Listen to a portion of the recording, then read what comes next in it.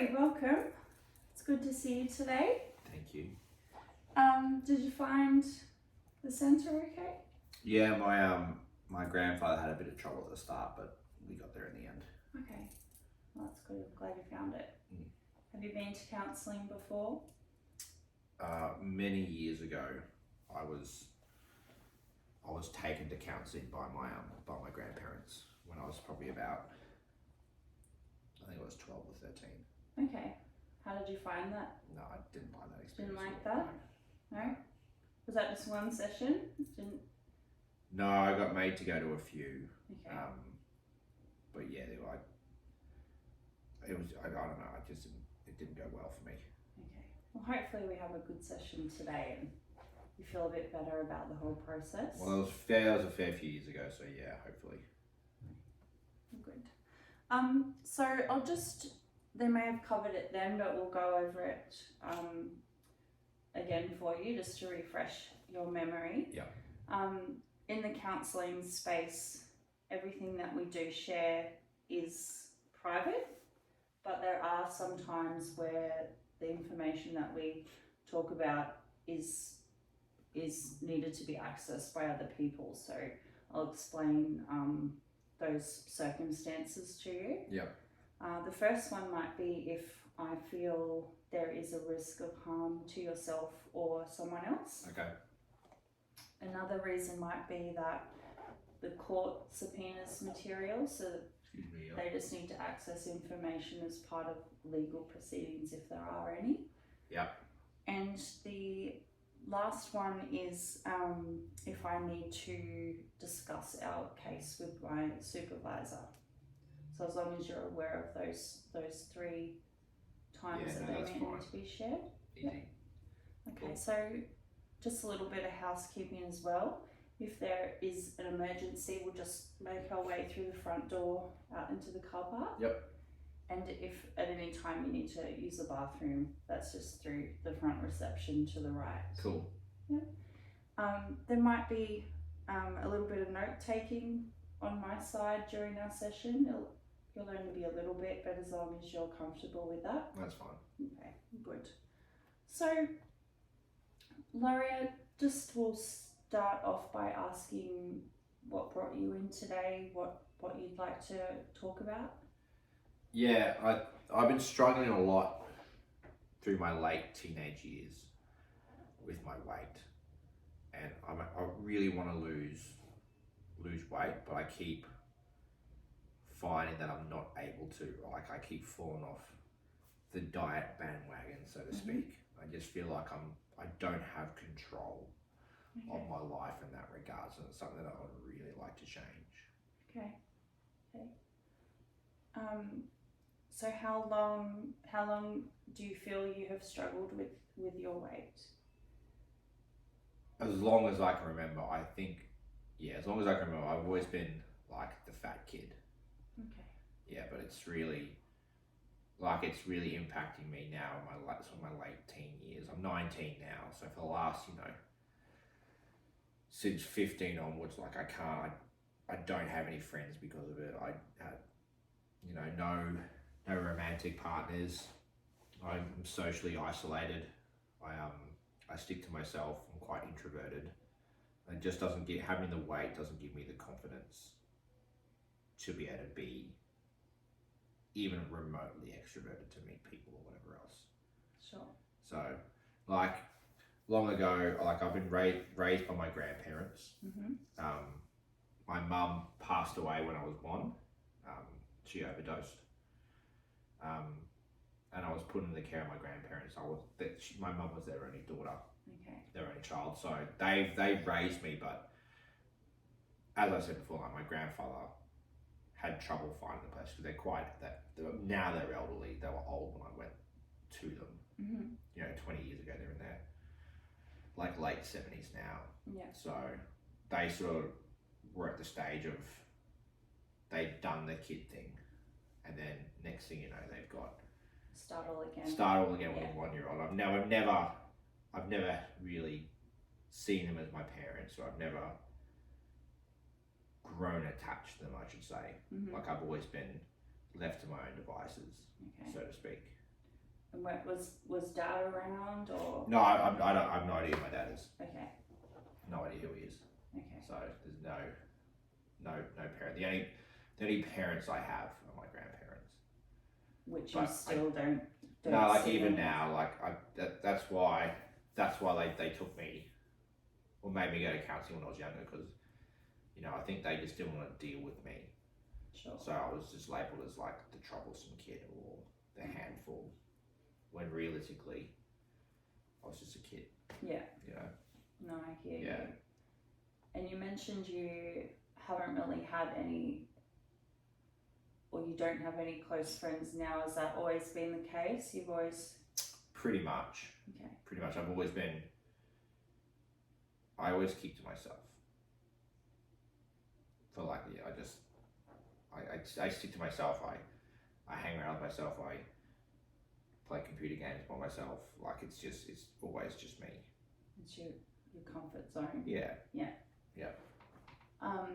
And so you're hoping to reduce your weight in aiming to feel better and to hopefully open more opportunities to meet other people, build your confidence. Well, absolutely. 'Cause I sort of feel like I know my grandparents aren't going to be around forever. So if I don't do something now, then I may be a 25, 26, 27-year-old and be in exactly the same spot. But at the moment, I just feel like I don't have any control to be able to do that. Okay. Because I keep, like I try to lose weight, or I try to be extroverted, but I just don't, I can't make it stick. Okay. And do you find there's a pattern of behaviour in terms of, say, your eating habits, or? Yeah, like when I try and get on the diet and exercise train to try and do something about it, like my weakness is chocolate. Okay. Like, doesn't matter what kind of chocolate, how big, how small. Like I'll try and stick to a diet, but then coming home from school or at the tuck shop or whatever else. Like I'll just go back to chocolate, and I'll be that fat kid eating chocolate. And it's always been chocolate? It's always been chocolate. Yeah. Yeah. That's your That's my poison. My poison of choice. Your comfort food. My comfort food is chocolate. Yeah. Yeah. No, Specifically Kit Kats, but I'll eat anything, any chocolate. And chocolate is good.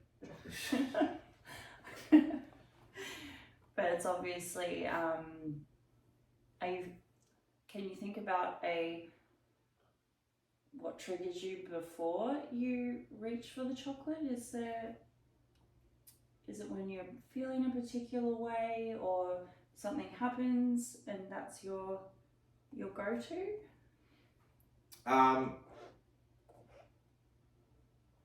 Yeah, I guess it is. I think it's just like if I'll try and in any activity, because I eat chocolate all the time. Like I think it's when I feel like I don't have the ability to do something or the value. Okay. I'll just go to chocolate.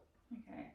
Yeah. So possibly when you have a bit of a dip in your mood, Correct. you're feeling low, you'll reach for that as emotionally eating. Yeah, correct. Yeah. Yeah. Okay. No, I hear what you're saying there. And given, so we've established that you would like to lose weight. I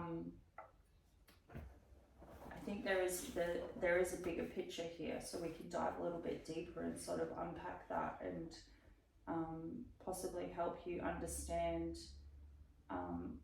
why you're returning to those patterns of behaviour. Okay. Because with understanding, we can move forward with different strategies and possibly work on a behaviour change plan. Sounds good. Which might lead to healthier eating choices and reaching that goal that you're after sooner. Okay. Yeah. So given what you have shared with me, Lorrie, I just wanted to show you a theory that has been looked at in the past. A lot of researchers around it. Yep. It's called Bowlby's attachment theory.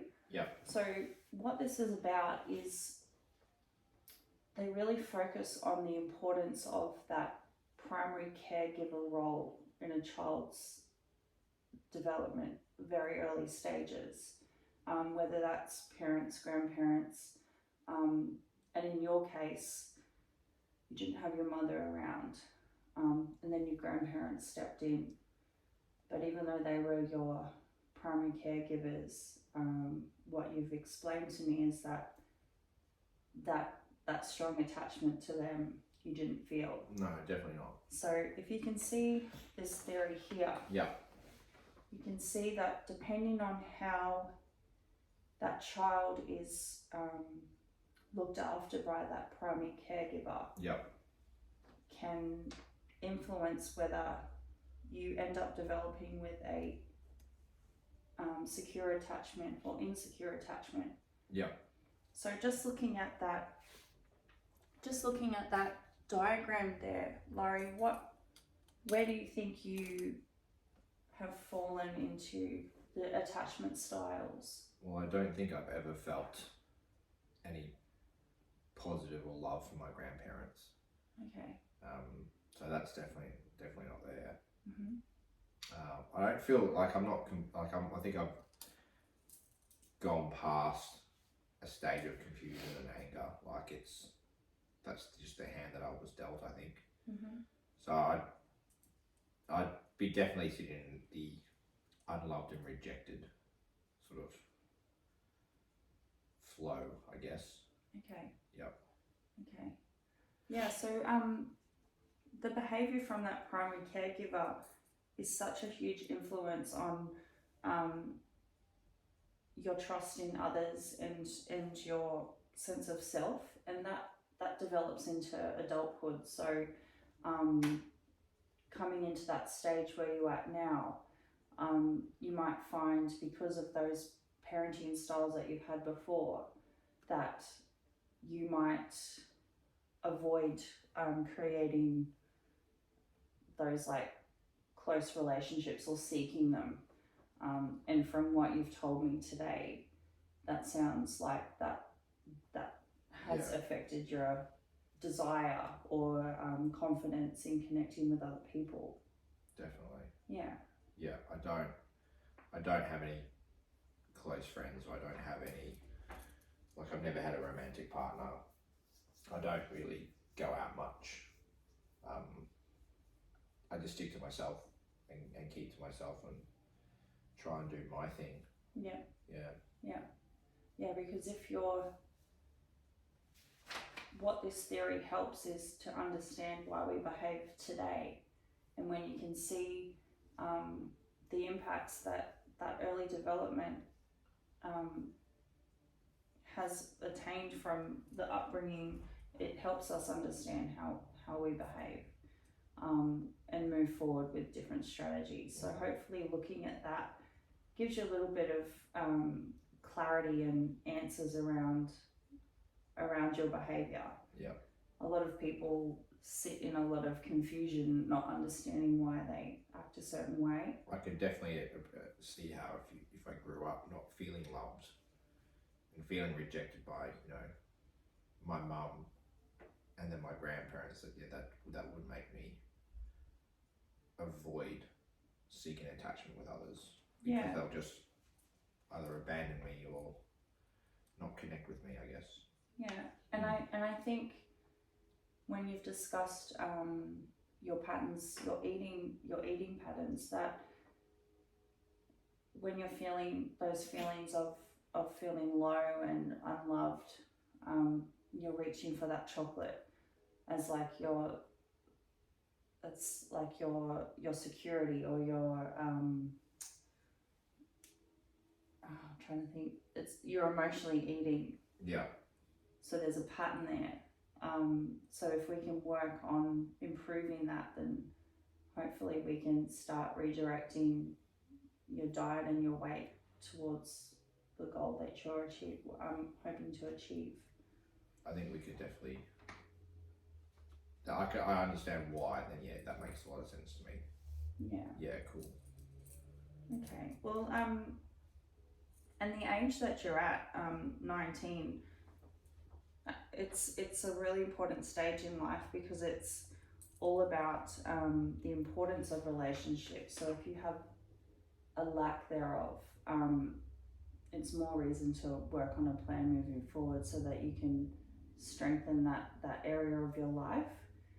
And it's also an area of your life where you're really seeking a place in society. You want to know your role. Yeah.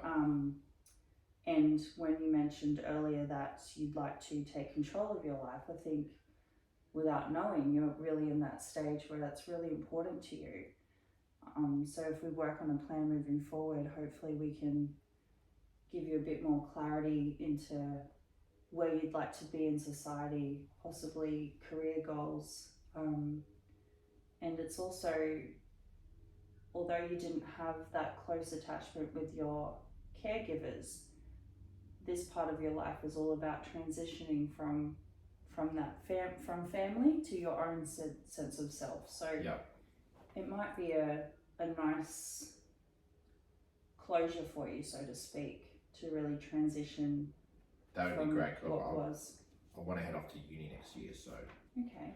that'd be good if I can implement steps to then be able to come next year, come first semester next year, to be able to enjoy that university experience, so to speak. Definitely. So what are you looking to study in uni?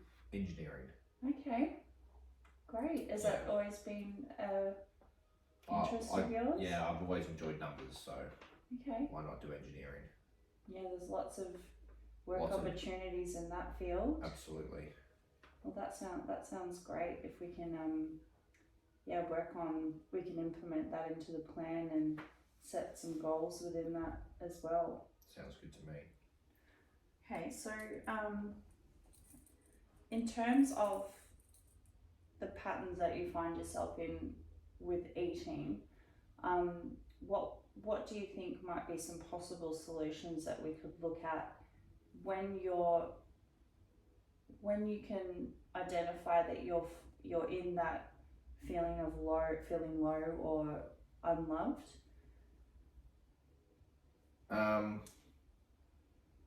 I guess the one that just jumps out at me is that I could just not have any chocolate at home. That'd be one thing I could do. I don't think that'll stop me from feeling that way, but it would stop me from eating it. I guess. How do you think you would go with not having any chocolate in the home? I don't think I'd go very well with that. So how often do you? I eat it daily. Okay. Yeah. Like I had a Kit Kat on the way in. Okay.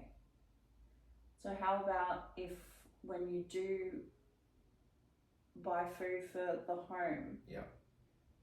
What would it look like if only every second time you went to buy chocolate you reached for something different to have at home?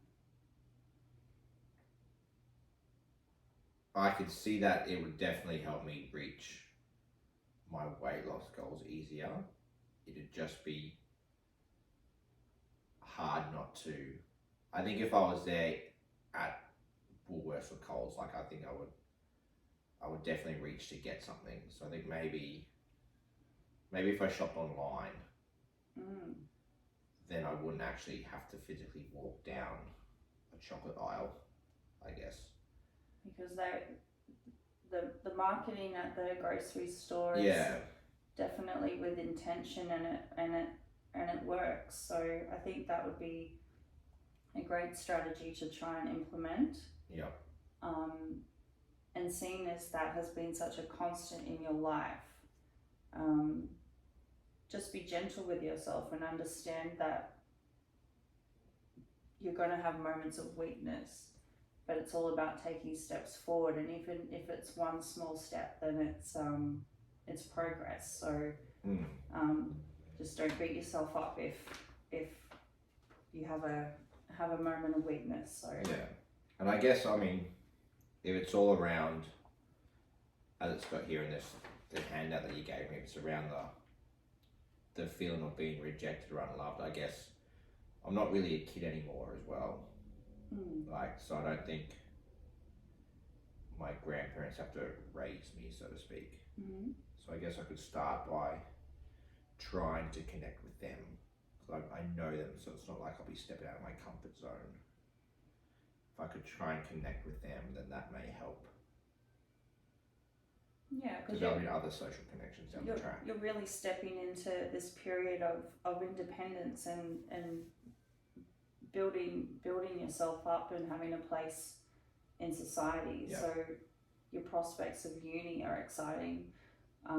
Mentioning that your grandparents weren't too keen on raising a child, as you've just mentioned, you're not a child anymore. I think the idea of trying to reconnect with them now that you are an adult might see some positive change in those relationships as well. Absolutely. Yeah. So, okay. I think the online shopping is a great idea. Yeah. I'm glad you thought of that. When do you think you would like to try? I literally went shopping earlier today. Okay.